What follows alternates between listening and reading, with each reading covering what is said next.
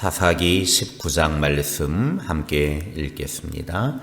이스라엘이 왕이 없을 그때에 에브라임 산지 구석에 거류하는 어떤 레위 사람이 유다 베들레헴에서 첩을 맞이하였더니 그 첩이 행음하고 남편을 떠나 유다 베들레헴 그의 아버지의 집에 돌아가서 거기서 넉 달 동안을 지내매 그의 남편이 그 여자에게 다정하게 말하고 그를 데려오고자 하여 하인 한 사람과 나귀 2마리를 데리고 그에게로 가매 여자가 그를 인도하여 아버지의 집에 들어가니 그 여자의 아버지가 그를 보고 기뻐하니라.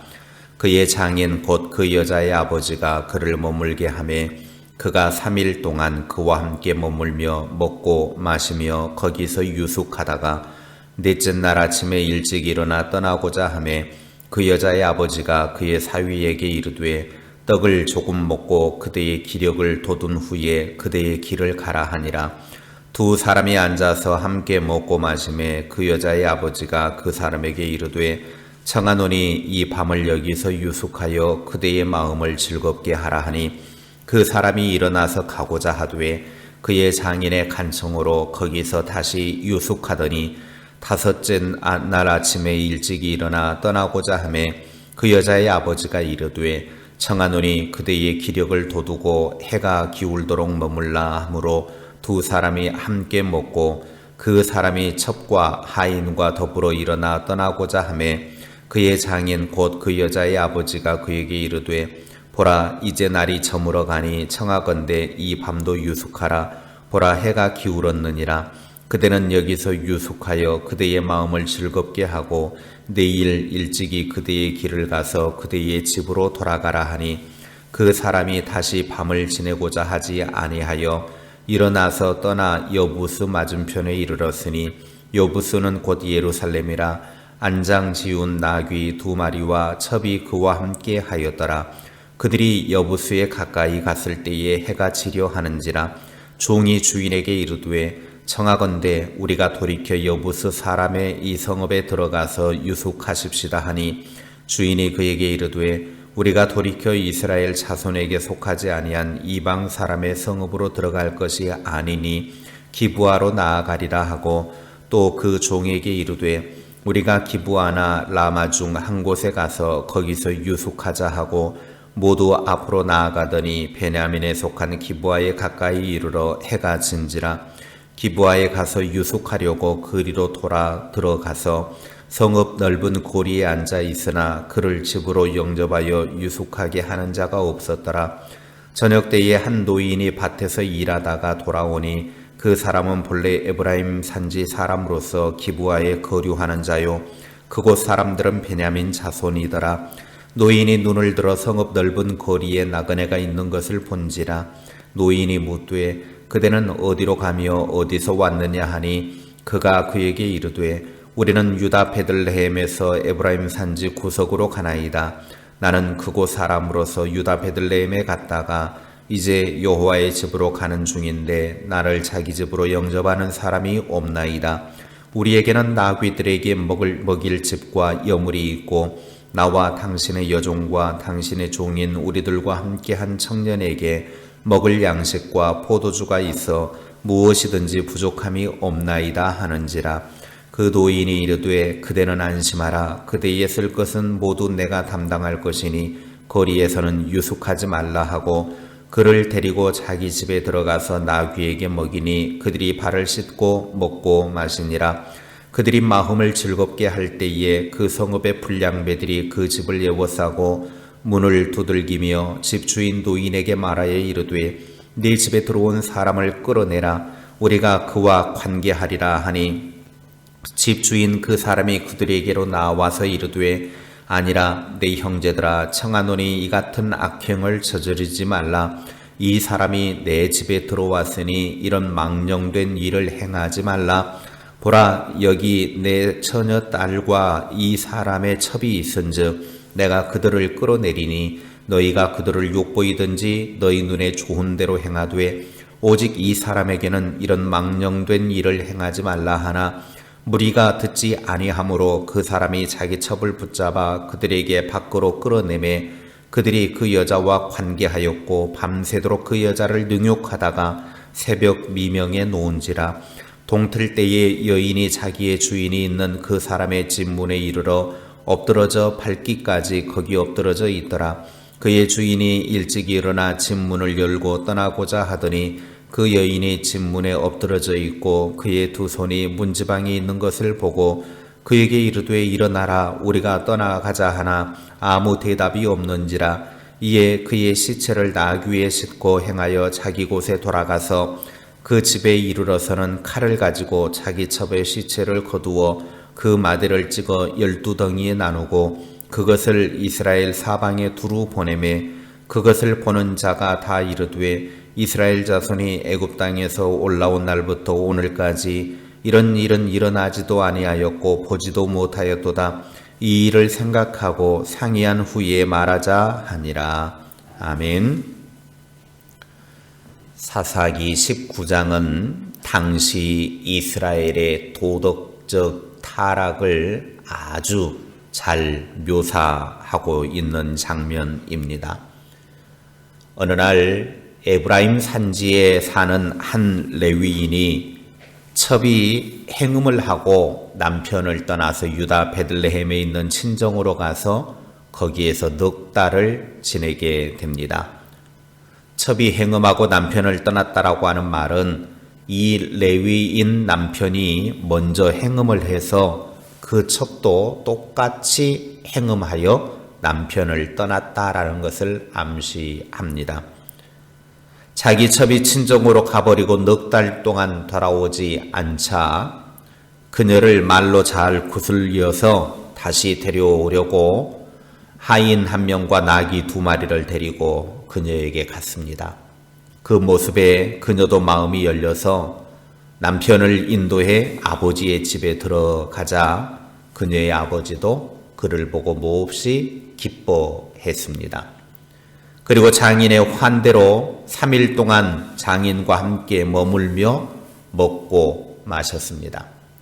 넷째 날 아침 일찍 일어나서 떠나려고 할 때 장인이 떡을 조금 먹고 기력을 돋운 후에 떠나라고 했습니다.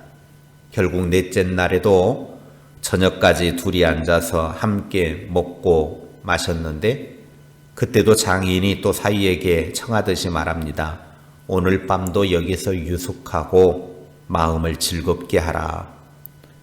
사위를 위해서 연일 잔치를 베풀어 주는 것은 자기 딸을 잘 부탁한다라고 하는 뜻이었습니다. 특히 행음 문제로 서로 잠깐 헤어졌다가 다시금 결합하는 상황이었기 때문에 장인은 사위가 자기 딸을 버리지 않고 잘 살아주기만을 바랬을 것입니다. 결국 장인의 간청으로 하루 더 유숙했습니다. 5째 날 아침 일찍 그가 떠나려고 할 때 장인이 또 힘을 돋우고 한낮의 뜨거운 햇빛을 피하여 천천히 가라고 하면서 또 함께 둘이 먹었습니다. 장인은 유다 베들레헴에서 레위인이 거주하는 에브라임 산지까지는 반나절이면 충분히 갈 수 있다고 생각을 했습니다. 그러한 노파심과 염려가 지나친 호의로 연결이 됐고 결국은 그런 호의가 딸의 죽음이라고 하는 비극으로 연결되는 모습을 보게 됩니다. 좋은 것도 너무 지나치면 좋지 않은 결과를 낳게 됩니다. 적절하게 잘 끝낼 줄 아는 것이 지혜고 그것도 또한 믿음입니다. 그렇게 우여곡절 끝에 레위인이 자기로부터 도망갔던 첩을 장인의 집에서 데리고 돌아오다가 저녁에 베냐민 자손들이 살던 기브아에 머물게 되었습니다. 그러나 아무도 그들을 거들떠 보지도 않았고 그들을 대접하거나 집으로 모셔드리는 사람이 없었습니다. 그때 에브라임 산지 사람으로 기브아에서 지내던 한 친절한 노인이 밭에서 일을 하고 집으로 돌아오다가 길 한가운데 앉아있는 이 사람을 보고 자기 집으로 이끌고 데리고 가서 그들을 후히 대접했습니다. 그때 마을의 불량배들이 쳐들어와서 레위 사람을 성폭행하려고 합니다. 22절에 동네 불량배들이 집 문을 두들기며 노인에게 말합니다. 네 집에 들어온 사람을 끌어내라. 우리가 그와 관계하리라. 그와 관계한다라고 하는 말은 성관계를 맺겠다라는 말입니다. 그것도 레위인 동성 간의 성관계를 맺겠다라는 거죠. 그러자 노인은 자기 집 사람 손님에게 그런 망령된 악행을 하지 말라. 이러한 일은 있을 수 없는 일이다 말하면서 노인은 자기에게 결혼하지 않은 처녀 딸과 레위인의 첩이 있으니 성관계를 하려면 남자들이 여자하고 성관계를 해라. 어떻게 남자를 데려다가 성관계를 하느냐. 망령된 일을 하지 말라라고 말합니다. 그 노인의 제안에도 불량배들은 듣지 않습니다. 그들은 정상적인 성행위보다는 비정상적인 동성 섹스에만 관심을 둔 것입니다. 이런 급박한 상황이 펼쳐지자 레위인은 먼저 자기 첩을 붙잡아 그들에게 밖으로 끌어냅니다. 아주 못된 남편이죠. 그러자 그 불량배들은 그 첩의 미모에 반해서 밤새도록 윤간하며 능욕하다가 새벽 미명에 놓았습니다. 여인은 새벽에 집 문 앞에 죽어 있었습니다.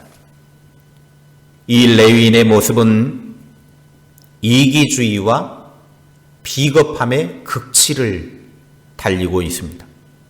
사랑한다고 고백하고 데려왔던 첩을 입에 침이 마르기도 전에 자기 생명을 지키려고 불량배들에게 윤간 대상자로 내준 것입니다. 첩은 죽고 분노한 레위인은 첩의 시신을 나귀에 싣고 집으로 돌아와서 첩의 몸을 12덩이로 나누어서 이스라엘 사방에 두루 보냅니다. 이 엽기적인 사건은 이스라엘 사회가 도덕적으로 완전히 타락했음을 보여줍니다. 마치 창세기의 소돔 사람들의 사악한 행위를 다시 반복하는 듯한 인상을 줍니다. 동성 강간이 시도되었고 집단 강간이 일어났습니다. 나그네를 대접해 주는 것이 그 당시 관례임에도 불구하고 나그네는 대접하지 않았고 딸을 강간범들에게 내주었습니다. 결국 소돔성이 멸망한 것처럼 그들도 하나님의 심판을 받아 멸망하는 것을 20장에서 보게 됩니다. 도덕적인 가치관이 완전히 깨진 상태입니다. 도대체 무엇이 이들을 이렇게 만들었는가 하는 것입니다. 이에 대해서 1절에 밝힙니다. 이스라엘에 왕이 없을 그때에, 왕이 없는 시대, 참된 권위를 상실한 시대는 이렇게 된다라고 하는 것입니다. 하나님을 경외하는 마음이 없으니까 이렇게 죄악의 아주 깊은 곳까지 빠지게 됩니다. 동성애는 하나님께서 아주 가증하게 여기는 사형에 해당하는 죄입니다. 레위기 20장 13절에 누구든지 여인과 동침하듯 남자와 동침하면 둘 다 가증한 일을 행함인즉 반드시 죽일지니 자기의 피가 자기에게로 돌아가리라. 어느 시대에나 하나님을 경외하는 마음이 없으면 이런 지경에 이르게 된다라고 하는 것입니다. 결국에는 하나님의 심판을 받아 역사의 무대에서 사라지게 된다라고 하는 사실을 알아야 합니다. 하나님을 경외하는 마음이 지배하게 되면 이러한 죄의 유혹을 이겨낼 수 있습니다. 시편 128편 1절에 여호와를 경외하며 그의 길을 걷는 자마다 복이 있도다 그랬습니다.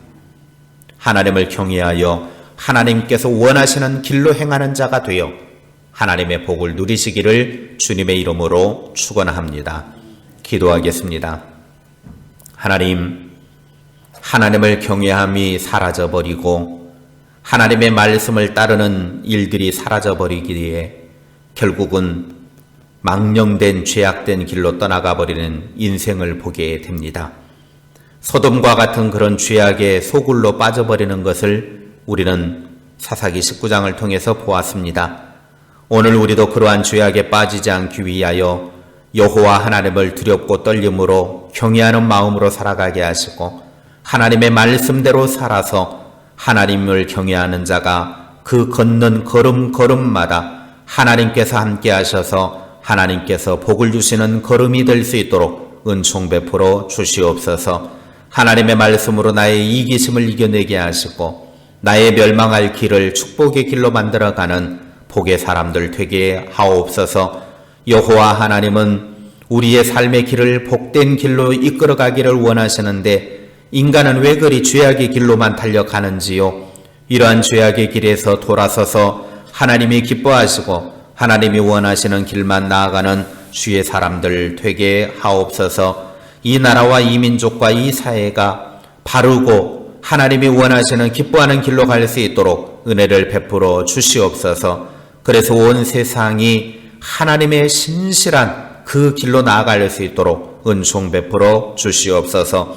오늘 하루도 주님과 함께 살아가며 말씀으로 우리의 삶을 이끌어 주시옵소서. 성령으로 충만케 하여 주시옵소서. 하나님의 말씀이 우리의 삶을 지도하고 이끌어 주셔서 강하고 담대하게 믿음으로 승리하는 복된 하루 되게 하옵소서. 우리가 있는 그곳이 어디든지 간에 주님과 함께하는 복된 날 되게 하시며 주의 은혜로 하나님이 주신 하늘의 평안과 기쁨과 감격이 가득한 귀한 날 되게 하옵소서. 예수님의 이름으로 기도하옵나이다. 아멘.